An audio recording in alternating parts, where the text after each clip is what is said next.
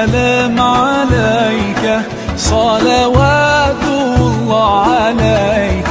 رب سے باتیں کر، بندگی کر، سجدے کر، رکوع کر، آنسو بہا، رو کے دکھا، مانگ کے دکھا، تڑپ کے دکھا. بدبخت ہے وہ وجود جس پر ساری رات گزر گئی اور اس کی فجر بھی گئی، عشاء بھی گئی.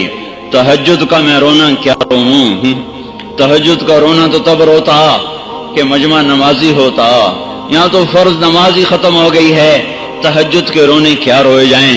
میرا اللہ تعریف کر رہا ہے رات کو اٹھنے والوں کی.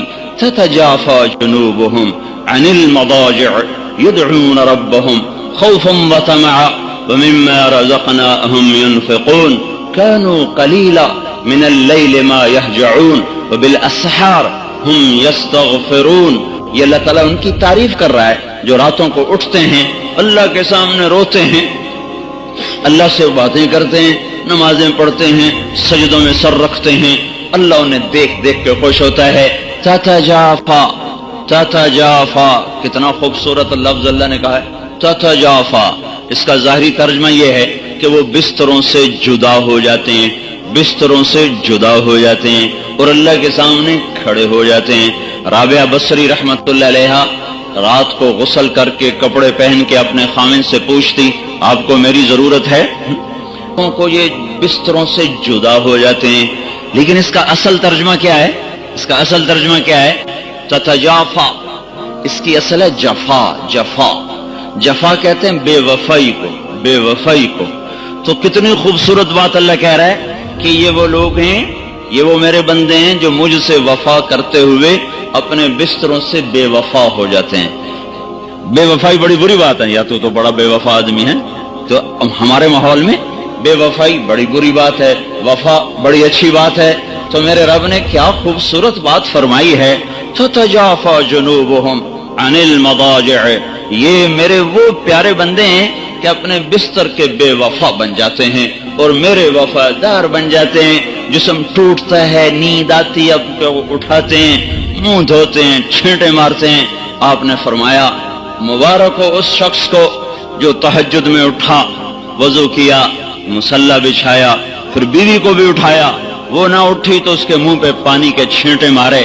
پھر آپ نے فرمایا مبارک ہو اس عورت کو جو رات کو اٹھی، تہجد کا وضو کیا، پھر خامند کو اٹھایا، وہ نہ اٹھا تو اس کے منہ پہ پانی پھینکا، پھر دونوں اٹھ کے اللہ کو منانے کھڑے ہو گئے. اللہ ان کو دیکھ دیکھ کے خوش ہوتا ہے. ان کو دیکھ دیکھ کے آسمان کے در کھل جاتے ہیں، عرش کا در کھل جاتا ہے. جیسے ماں بچوں کو پیار سے نہیں دیکھتی، اس کی نظریں قربان ہو رہی ہوتی ہیں، اس کے چہرے کے جذبات دیکھنے کے ہوتے ہیں. ایسے ہی میرا رب اپنے اس بندے اور بندی کو ان محبتوں سے دیکھتا ہے جن محبتوں سے ماں نہیں دیکھ سکتی. 70 کا لفظ عربی زبان میں ہوتا ہے کثرت کے لیے، نہ کہ عدد کے لیے. میرے رب کو اپنے بندے سے پیار ہے جس کا کوئی عدد نہیں، جس کی کوئی حد نہیں، جس کا کوئی حساب نہیں ہے.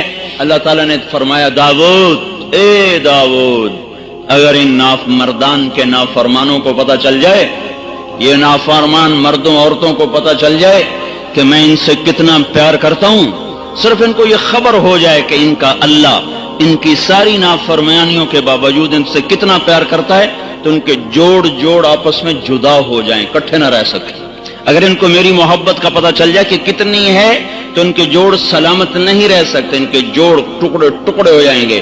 اللہ تعالیٰ نے کہا اے داؤد ایک بات تو بتا، جب میں نافرمانوں سے اتنا پیار کرتا ہوں تو فرما برداروں سے کیسا پیار ہوگا میرا؟ فرما برداروں سے میرا پیار کیسا ہوگا؟ پھر اور سنو، یا داؤد بشر المذنبین، داؤد جاؤ جاؤ میرے نافرمانوں کو بشارت سناؤ. نافرمانوں کو کوئی بشارت دیتا ہے؟ نافرمانوں کو تو ہر کوئی ہتھکڑی لگا. یہ پولیس والے نہیں کھڑے، ہتھکڑی لگاؤ، چور ہے ڈاکو ہے، ہتھکڑی لگاؤ. میرا اللہ کہتا داؤد جاؤ جاؤ نافرمانوں کو بشارت دے دو. کہ اللہ ان کو کیا بشارت دوں؟ کون سے کہو لا يتعاظم علی ذنب ان اغفرہ. میرا بندہ تو جتنے مرضی گناہ کر لے، جتنے مرضی منہ کالے کر لے، ایک دفعہ کہہ دے یا اللہ میری توبہ میں سارے معاف کر دوں.